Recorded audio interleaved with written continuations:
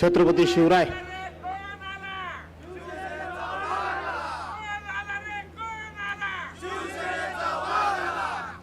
छत्रपती शिवराय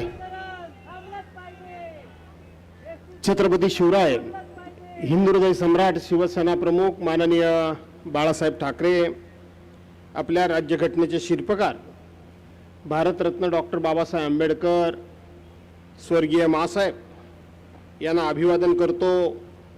आपल्या पक्षाचे पक्षप्रमुख आणि महाराष्ट्र राज्याचे माजी मुख्यमंत्री आदरणीय उद्धवसाहेब ठाकरे आज आपल्या महाराष्ट्र एसटी कामगार सेनेचं 9वं अधिवेशन हे आमच्या कोकणामध्ये सिंधुदुर्ग या ठिकाणी पार पडतंय आणि या अधिवेशनाला जे प्रमुख मार्गदर्शक आणि ज्यांची प्रमुख उपस्थिती लाभली ती एसटी कामगार सेनेचे संस्थापक अध्यक्ष, महाराष्ट्र राज्याचे माजी उद्योग मंत्री आणि हिंदू हृदय सम्राट शिवसेना प्रमुख माननीय बाळासाहेब ठाकरे यांच्या कारकिर्दीमध्ये 13 ज्या प्रमुख नेत्यांचं अष्टप्रधान मंडळ होतं त्या अष्टप्रधान मंडळामधले एक अत्यंत महत्त्वाचे नेते आदरणीय देसाई साहेब, व्यासपीठावर उपस्थित असलेले आजच्या कार्यक्रमाचे अध्यक्ष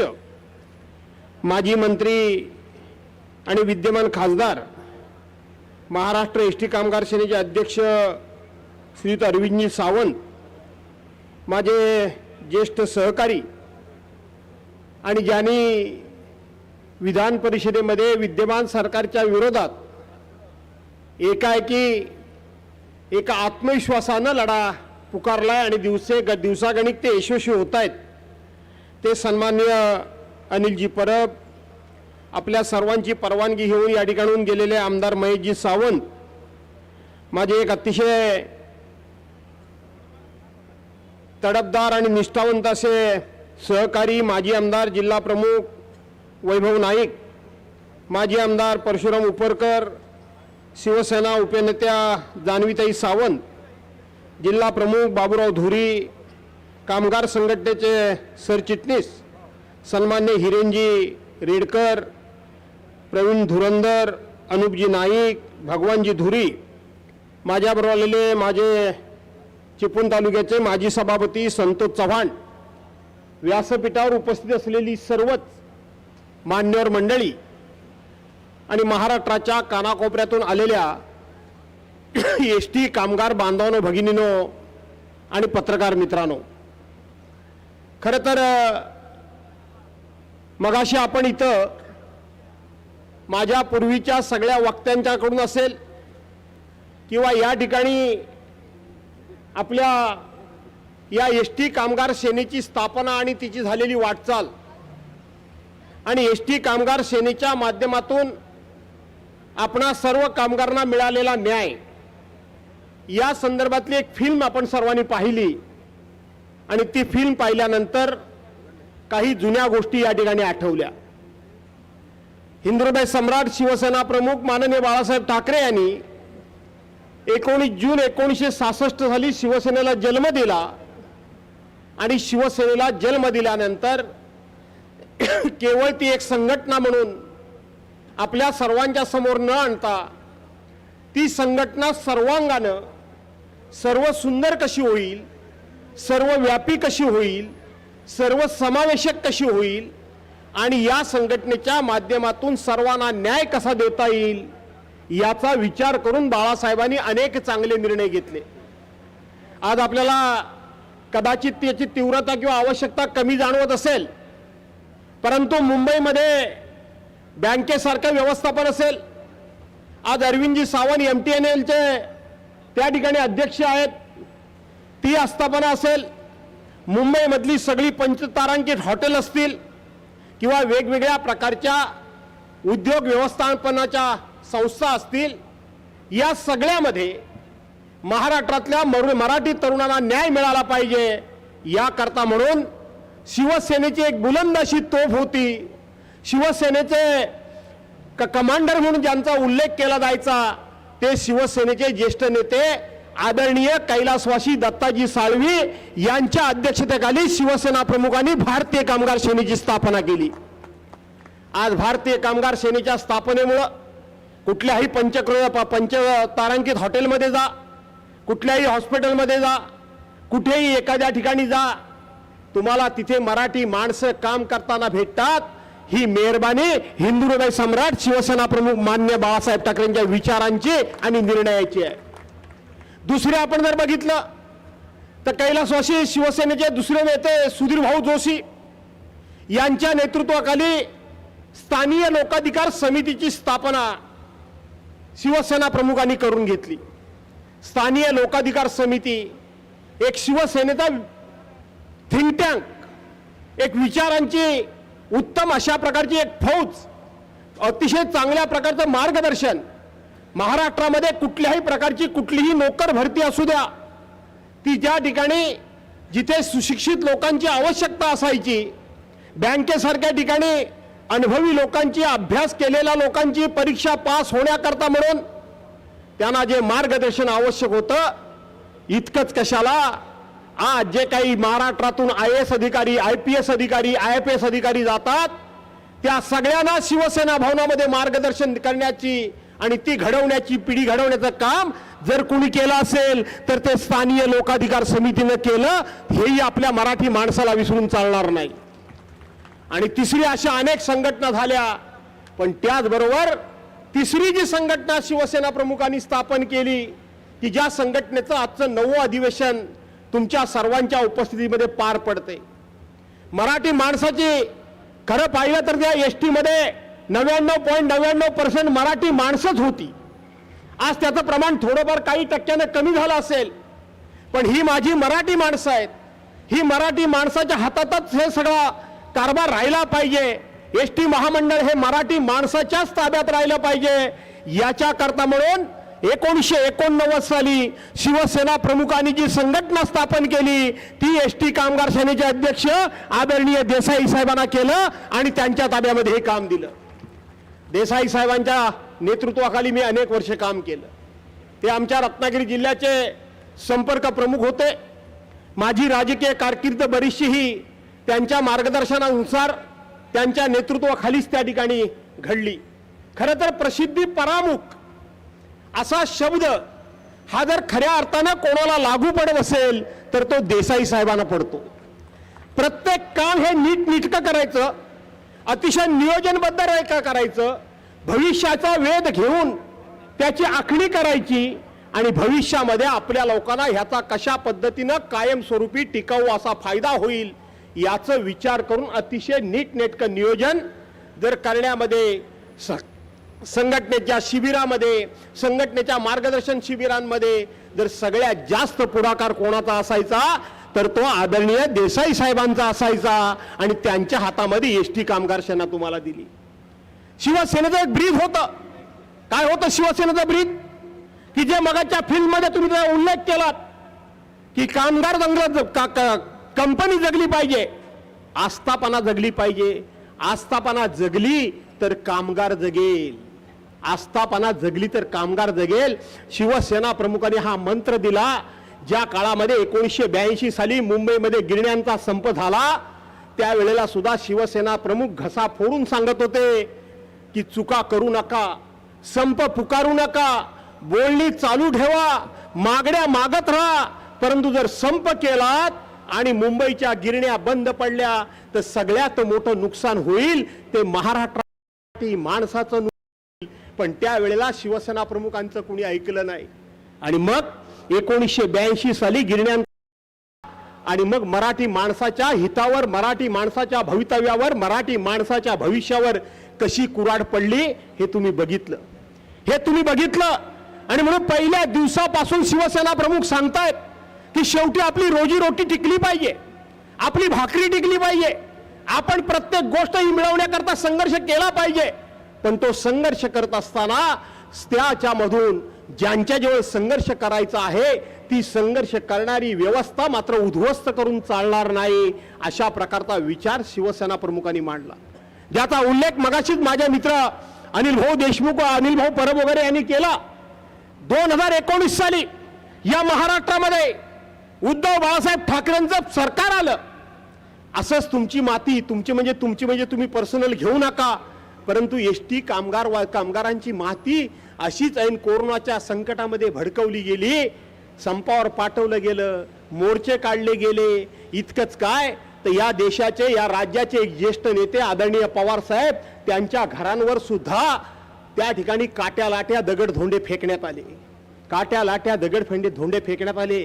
काय मागणी होती?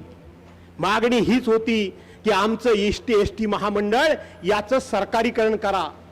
ज्या पद्धतीनं मंत्रालयातले कर्मचारी मंत्रालयातले ड्रायव्हर हे सरकारच्या आस्थापनेवर आहेत, हे सरकारी नोकर म्हणून आहेत, त्या पद्धतीनं तुम्ही आम्हाला सरकारमध्ये घ्या. ही मागणी ऐन वेळेला उद्धव साहेबांचं सरकार असतानाच वरती उफाळून का आली? त्याच वेळेला एक क्लिप खूप मोठ्या प्रमाणामध्ये व्हायरल होत होती. त्याच्या अगोदर 14 ते 19 या ठिकाणी फडणवीसांचं सरकार होतं आणि त्या फडणवीसांच्या सरकारमध्ये अर्थमंत्री सुधीरभाऊ मुनगंटीवार होते. आणि या सुधीरभाऊ मुनगंटीवारांच्याकडे एसटी कर्मचारी एसटी संघटनेचे काही लोक गेले आणि त्यांनी सांगितलं की आमच्या एसटी कर्मचाऱ्यांची ही संघटना किंवा आमचे एसटी कर्मचारी जे आहेत किंवा एसटी महामंडळ आहे याचं सरकारीकरण करा.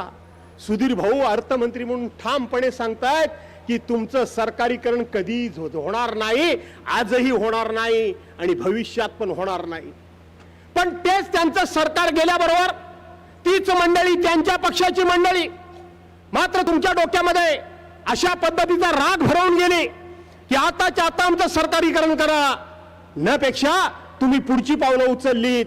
पण त्यावेळेला पक्षप्रमुख उद्धव बाळासाहेब ठाकरे यांचं मुख्यमंत्री मी म्हणून म्हणत नाही. पक्षप्रमुख उद्धव बाळासाहेब ठाकरे यांचं एकच वाक्य होतं आणि ते अत्यंत मार्मिक होतं. ते म्हणाले, अरे बाबांनो, असा कुठलाही आताताईपणा करू नका, तुम्ही आमचे आहात, तुम्ही आमचे आहात. मी त्याचं विश्लेषण मी केलं होतं अनेक ठिकाणी की तुम्ही आमच्या याचा अर्थ समजून घ्या की शेवटी तुमचा विचार, तुमची व्यवस्था, तुमचा फायदा, तुमचं भवितव्य दुसरा तिसरा कोणी करू शकणार नाही, तर ते आम्हीच करू, अशा प्रकारचा तो अर्थ त्याचा होता. पण आपण मंडळी ऐकलात नाही. आज जवळजवळ 4-4.5 वर्ष जे लोक तुम्हाला सरकारीकरण सांगा म्हणून सांगतात त्यांचं आज सरकार आहे. का होत नाही सरकारीकरण? का होत का नाही सरकारीकरण? आता कुठे गेले डंकी की चोट? आता कुठे गेले त्यावेळचे सगळे उड्या मारणारे लोक? आता कुठे गेले ते? त्यांची नावं घेऊन मी त्यांना मोठं करू इच्छित नाही. खरं सांगायला गेलं तर दुर्दैव आहे की अशी माणसं विधिमंडळामध्ये आहेत, हेच खरं दुर्दैव आहे. पण त्यांचं मी आता नाव सुद्धा घेऊ इच्छित नाही. पण तुमची जबाबदारी आहे, तुम्ही त्यांच्यावर होता बसा नाही, तुमची जबाबदारी आहे. तुमची एसटीची बँक सुद्धा तुम्ही तुमच्या हातातून घालवलीत. ही एवढी मोठी बँक, एवढी चांगली चाललेली बँक आज तुमच्या हातातून गेली की नाही गेली? आज त्या बँकेचे काय धिंडवडे निघतायत, कोर्टापर्यंत ते विषय गेले सगळे, हे तुम्ही सगळे बघताय. आणि म्हणून आजच्या शिबिरातून ह्या ठरावाचा पूर्तता करण्याची जबाबदारी तुमची आणि आमची आहे. ती जबाबदारी आम्ही पार पाडू म्हणजे पाडूच, जबाबदारी पार पाडू. पण तुमच्या सर्वांची जबाबदारी आहे की आपले जे म्हणून एसटी कर्मचारी आहेत त्या सगळ्यांचं प्रबोधन करा, त्या सगळ्यांचं प्रबोधन करा. त्यांना झालेल्या चुका पुन्हा होऊ नयेत याकरता मार्गदर्शन करा. त्यांना शिवसेनेची भूमिका समजून सांगा आणि त्यांना एकच सांगा की शेवटी या महाराष्ट्रामध्ये मराठी माणसाचं हित बघणारा जर एकमेव पक्ष असेल तर तो उद्धव बाळासाहेब ठाकरे यांचा शिवसेना पक्ष आहे. उद्धव बाळासाहेब ठाकरे यांचा शिवसेना पक्ष आहे. आपण बघितलं असाल ज्या वेळेला मराठीचं महत्व कमी करण्याचा निर्णय आताच्या राज्यकर्त्यांनी घेतला, मराठी भाषेचं महत्व कमी करण्याचा निर्णय, त्यावेळेला शिवसेनेची भूमिका आपण सर्वांनी बघितलीत. त्यामुळं आपल्या मराठी माणसाच्या पाठीशी उभं राहणं, त्याच्या बाजूला उभं राहणं, त्याच्या रक्षणाकरता उभं राहणं, त्याच्या मदतीकरता उभं राहणं ही तर शिवसेनेचं ब्रीद वाक्यच आहे. आणि म्हणून त्या शिवसेनेला पुन्हा एकदा बळकट करा. तुम्हाला हे सहज शक्य आहे. मी ग्रामीण भागातला माणूस आहे, मला माहित आहे की आजही म्हणजे तुम्हाला आवडेल की नाही मला माहित नाही, आता त्या वाक्याचा उल्लेख होतो की नाही मला माहित नाही, पण एक काळ रापम म्हणजे रानात पडून मारणारे अशी तुमची त्यावेळेला टिंगलटावाळी व्हायची. कराय रानात पडून मारणारे. आजही हे सगळं संकट तुमचं संपलेलं नाही. आमच्यासारख्या एखाद्या ग्रामीण भागातल्या गावामध्ये एसटी जाते, रात्री जिथे वस्तीला राहते तिथं लाईट असतो की नाही पत्ताच नाही. पूर्वी गावामध्ये एसटी यावी म्हणून कोणतरी हंडाभर पाणी आणि तांब्या आणून ठेवायचा. आता कोणाला गरजच राहिली नाही. कोण पाणीही ठेवत नाही आणि कोण तांब्याही ठेवत नाही. सकाळच एसटी सुटण्यापूर्वी कोणतरी 2 कप चहा घेऊन यायचा की नाही यायचा. आता कोणीही येत नाही, कोणीही येत नाही. तुमच्यापैकी रात्री अपरात्री कोणाला जर बाहेर जायचं असेल, लघवीला जायचं असेल, संडासला जायचं असेल आणि काळोखातून बाहेर पडायचं पडला तर पायाखाली विंचू आहे की साप आहे हे कळत नाही, तरी सुद्धा जीव मुठीत धरून आपल्याला आपले नित्याचे जे काही व्यवहार असतात ते पार पाडावे लागतात. मला माहित आहे देसाई साहेबांनी, अरविंद साहेबांनी मला चिपळूणचा डेपोचा अध्यक्ष नेमला होता. मला आठवण आहे त्या गोष्टीची. आणि मग त्यावेळेला चिपळूणच्या डेपोचा अध्यक्ष झालो म्हणून चिपळूण रत्नागिरी मधली आपल्या सर्वांची अडचण काय ती आम्ही समजून घेतली. पण त्यावेळेला मी मुंबई सेंट्रलला, तेव्हा बॉम्बे सेंट्रल म्हणायचे, मुंबई सेंट्रलला मी गेलो आणि तिथं तुमची रेस्टरूम बघितली, तुमची झोपण्याची जागा बघितली. अरे रात्रभर जागरण करून आलेले ड्रायव्हर तिथंच कुठेतरी बॅग टाकत होते. ह्याच्या ढुंगणाजवळ त्याचं तोंड आणि त्याच्या ढुंगणाजवळ ह्याचं तोंड, जिथे कुठे आहेत तिथं पडत होते. सगळे कर्मचारी घेऊन मी त्यावेळेला शौचालयामध्ये गेलो. ते सगळं मी बघितलं आणि तुम्हाला आता आठवत नसेल कारण त्याला बरीच वर्ष झाली. त्यावेळेला आपण तिथं मोठा संघर्ष केला आणि सुदैवानं 95 साली आमदार झाल्यानंतर आपण पुढचे प्रत्येक गोष्ट, प्रत्येक प्रश्न, प्रत्येक तुमच्या मागण्या प्रत्येक वेळी आपण विधानसभेमध्ये मांडलेल्याच आहेत, प्रत्येक वेळी मांडलेल्या आहेत. आज सरकारी कुठलीही योजना असली, 50% प्रवास ज्येष्ठ नागरिकांना करायचा असेल, महिलांना करायचा असेल, विद्यार्थ्यांना मोफत असेल, मिलिटरीच्या लोकांना मोफत असेल, कुठेही एखादा अपघात घडला, रेल्वे बंद पडली, विमान बंद पडलं, एसटी शिवाय मदत नाही कोणाला. एसटी प्रत्येक ठिकाणी एसटी मदतीला धावत लागते. पण ज्या वेळेला एसटीला मदत करायची वेळ येईल त्यावेळेला सरकार नफ्या तोट्याचा विषय मांडते, नफ्या तोट्याचा या ठिकाणी हिसाब मांडते. आणि म्हणून सरकारला प्रत्येक वेळी आज काय चाललंय मी या ठिकाणी तुमचं वाचलं. सरकारच्याकडे तुमच्या जवळजवळ 1100 कोटी रुपये शिल्लक आहेत, बरोबर ना. तुमच्या येणं आहे सरकारकडून. आज तुमची कुठलीही एसटी जर बघितली तर त्याच्या ह्याही बाजूला जाहिरात, त्याही बाजूला जाहिरात असते का नाही असते. गेली म्हणजे उद्धव साहेबांचं सरकार गेल्यापासून अगोदर पण 14-19 पासून ते ठराविक फोटो ठरलेले असं ते हातामध्ये काहीतरी कागद घ्यायचा आणि 3-4 जण बाजूला उभे असतात. या एसटीवर जाहिरात लावली, अन्य कुठल्या व्यवस्थापना लावली तर त्याला पैसे जाहिरातीचे मिळतात. हे जो सरकारी जाहिरात लावतात ह्याचे पैसे तुम्हाला मिळतात की नाही मला माहित नाही. पण जर मिळत नसतील तर मला वाटतं ते पैसे मिळवण्याकरता सावंत साहेब आपल्याला संघर्ष करावा लागेल. कारण ह्यांचं पक्षाचं राजकारण असतं, तुमच्या फायद्याचं नसतं. एसटीवर लावलेल्या जाहिराती यांना मतं मिळवून देण्याकरता म्हणून त्या जाहिराती असतात की नसतात. आणि परवानच्या दिवशी 6 तारखेला महाराष्ट्र सरकारचं बजेट जाहीर झालं.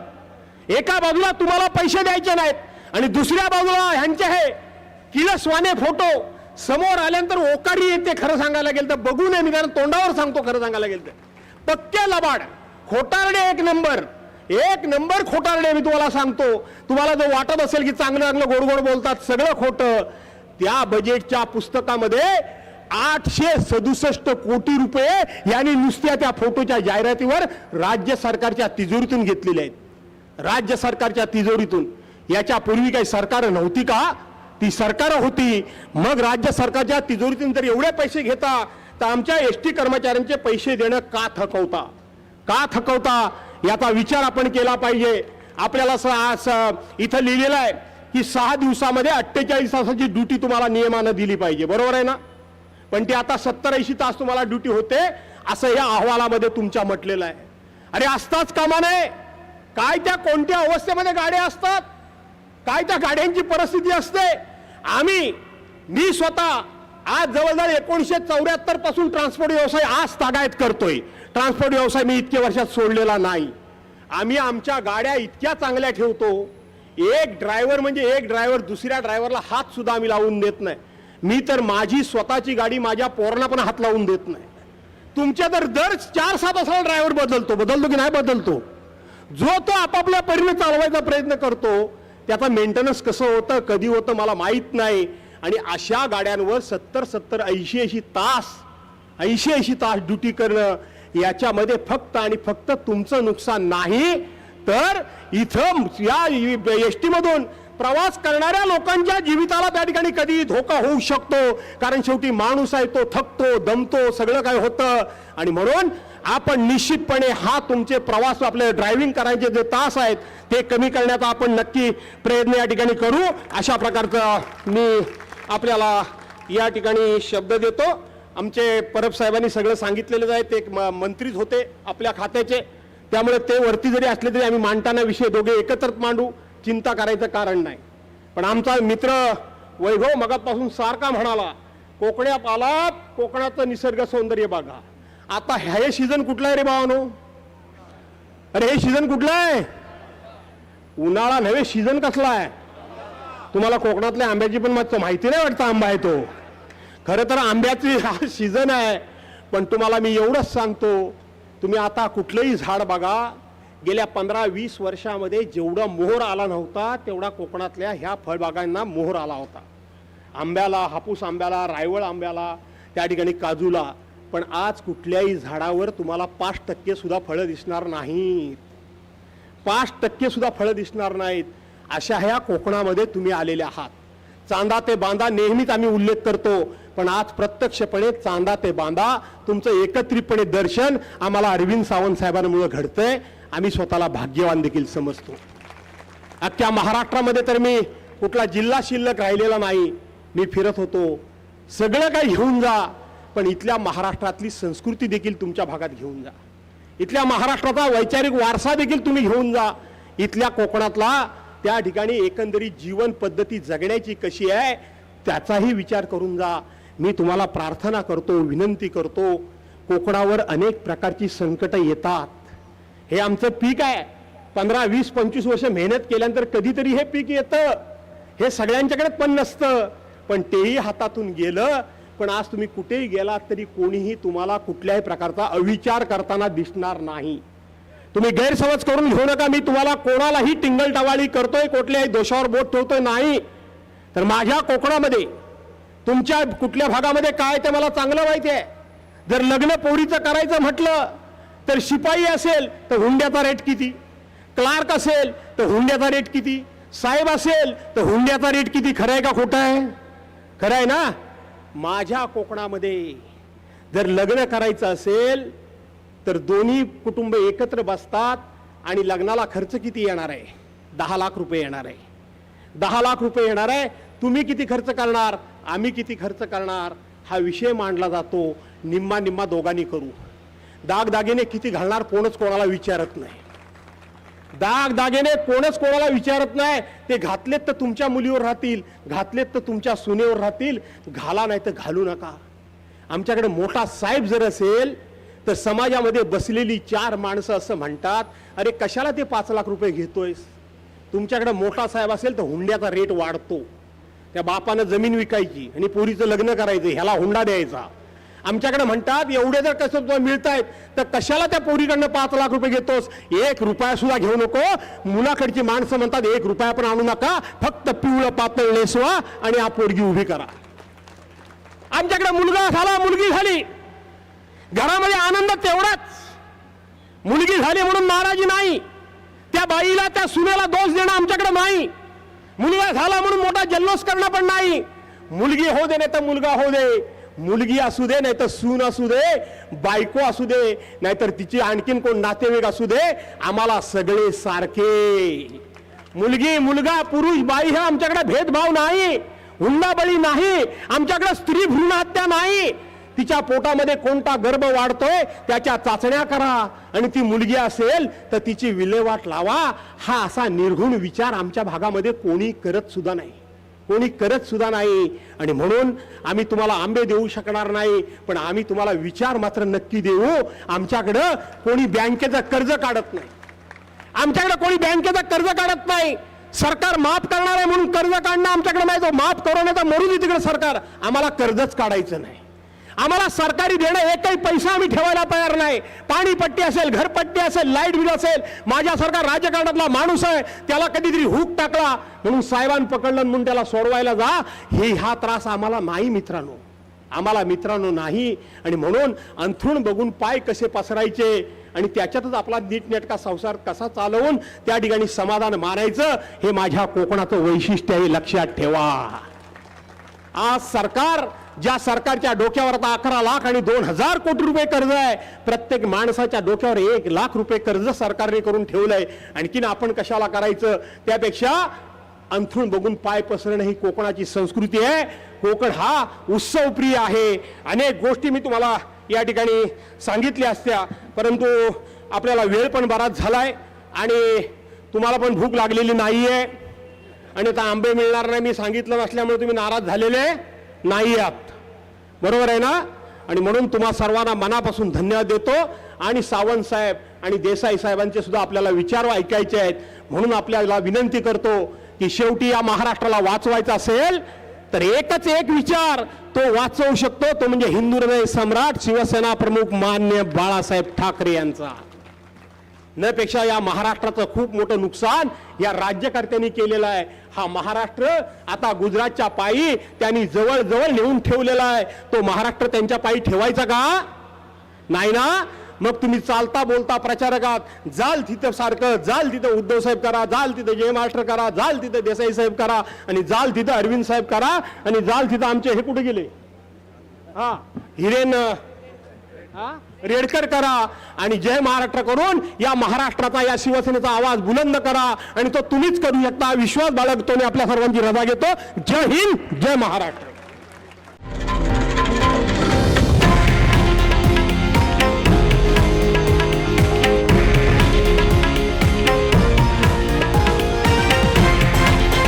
हे आहे देशातील नंबर 1 न्यूज नेटवर्क आणि आपण पाहत आहात TV9 मराठी, एकमेव.